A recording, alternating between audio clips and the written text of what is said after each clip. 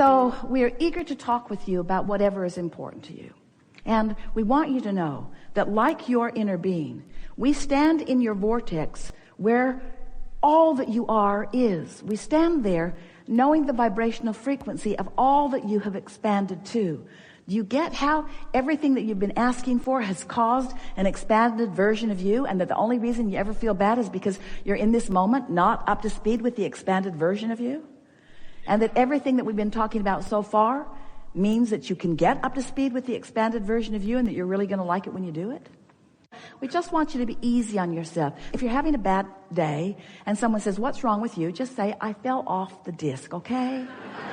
Okay? I fell off. And then don't continue the momentum, "and you were there when it happened. I blame you. I was there till you came." Because that's not how it ever works, is it? We know that sometimes it's not so easy because of past momentum. You got some things you've been thinking about, and some of the things that you really believe put you on a lower flying disc. It's hard to watch television and stay up there because much of television, much of the media has discovered that there are more of you on those lower discs. And since they're looking for ratings, they hang out where most of you are. So if you're tuning in, then if you weren't there when you tuned in, you will be pretty soon, because there's something to show you, to worry about, to push against, to feel indignation about, to feel anger about.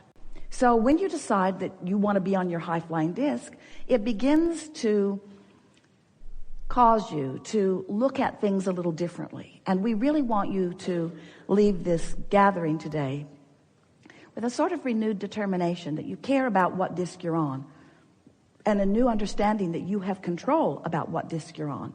And then a sort of readiness to begin practicing some very easy techniques to get you there and to keep you there. Because life is supposed to feel good to you. You're supposed to be rendezvousing in powerful, co-creative moments, you see. So we want you to realize that we know who you really are, what you really want. And we know where you are in relationship to it.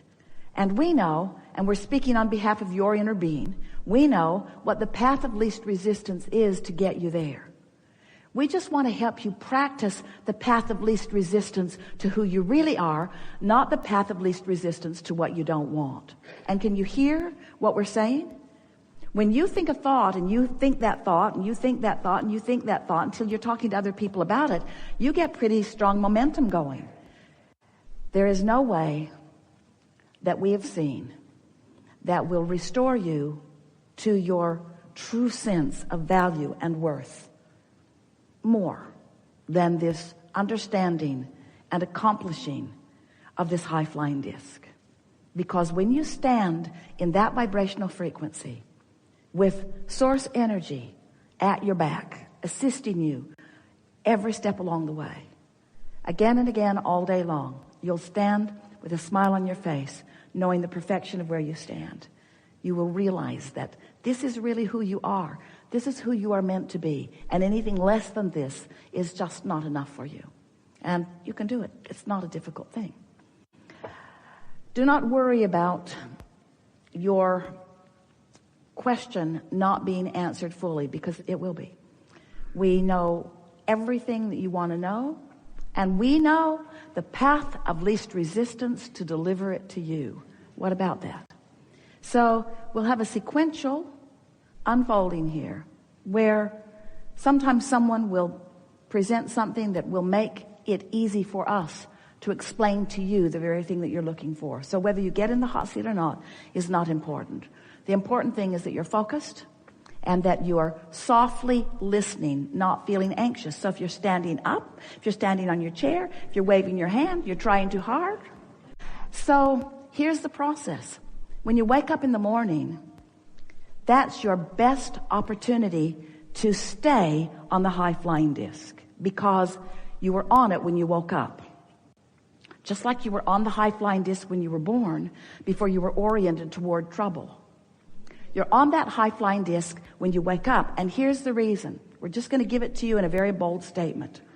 While you slumber, your momentum of thought ceases. Now, that doesn't mean that you can't wake up in the morning and pick up right where you left off. But if you don't do that, you have a better opportunity to find that high frequency. So we encouraged Esther to do it. It's been a few months now. We encouraged her, when you wake up, find a thought that feels good. And at first, just the pressure of finding a thought that felt good kept her from finding one. The first day, she didn't even make it until breakfast before she was soaring down some trajectory that she didn't mean to soar down. But we convinced her, and she was committed, that every day she would wake up and reach for the best feeling thought that she could. And she discovered that the more general the thoughts were, the easier they were to feel good. In other words, if you wake up and start pondering a problem, you're off your high-flying disc before you even realize that you're on it. But if you wake up and stay as general as you can, finding something that's very easy to appreciate, you sort of kind of have to ask your family or set your alarm a little early so that you have a little bit of private time before the world descends on you. Because the world is going to descend on you pretty much like it has been descending on you, and there is a momentum or a trajectory that's already been going. So we understand why it's a little difficult to begin changing your vibration in the middle of a stream, because there's a current already going. We really understand that. But we want you to know that first thing in the morning is your best opportunity to do it. Or after a nap, or after meditation. When you meditate, you stop your mind, you stop your thoughts, and when thoughts are stopped, then there's no resistance. And in that absence of resistance, we've been telling you for a while, it's like the cork bobbing on the surface of the water. You can hold it under the water. That's what negative emotion is. But when you let go of it, it's going to bob right back up there. And you are too. When you wake up, you're bobbing for a minute. You are. So if you can just wake up and hold that frequency by finding things as general as you can, it is our promise to you that momentum will begin to help you. You'll begin to feel the momentum until one thought will lead to another and another and another. Now, when you first begin this conversation is not all that satisfying, because we're encouraging you to a concept, to a time of day, to a deliberate focus, and to a result that we promise you will get. But the result will not be manifestational evidence for you for a while. So you're going to be applying this for the singular manifestational evidence of some good feeling emotion. In other words, you're going to be looking for the manifestation of relief. You're going to be looking for the manifestation of joy. So what we want you to understand is that at first you won't know for sure, but if you will continue and continue and continue, eventually, we're talking about a few days, there will be enough momentum that there will be changes in the way the world is treating you. People who have been one personality will be different when they're with you, or they won't be with you at all. People that you're not used to rendezvousing with will begin rendezvousing with you. Everything in your life experience will change when your point of attraction changes. So that once you get 30 days of this under your belt, you will know for sure that's when we would love to have a conversation with you. That's when we really want to hear, not the subtle, but the vast differences in the way the world is treating you, the way the world is responding to you, the way your point of attraction has shifted. So if you've been following us for a while, you've been reading books. We've written lots of them, stuffed them full of processes, lots of them. And today we're going to offer to you a process that we want you to know trumps all of them. Doesn't render them ineffective. It's just the process of all processes, because it's the process that will accomplish the most for you. It will get the most done for you. It will put you in the strongest place of positive attraction, and it's the easiest thing to do. Sort of like a magic pill, it seems. But it will take your deliberate attention and your readiness to find resonance with who you are. Have we convinced you so far that you create your own reality? Have we convinced you so far that you live in a vibrational universe? Have we convinced you so far that your vibration matters? And have we convinced you that the better you feel, the higher flying you are, that the better your point of attraction is in terms of the more you will like what begins to manifest? So we're going to give you a little precursor here, and then we're going to open to any conversation that you want. The first thing that happens once you begin to sustain this alignment on this high-flying disc, the first thing that happens is emotions manifest that feel good.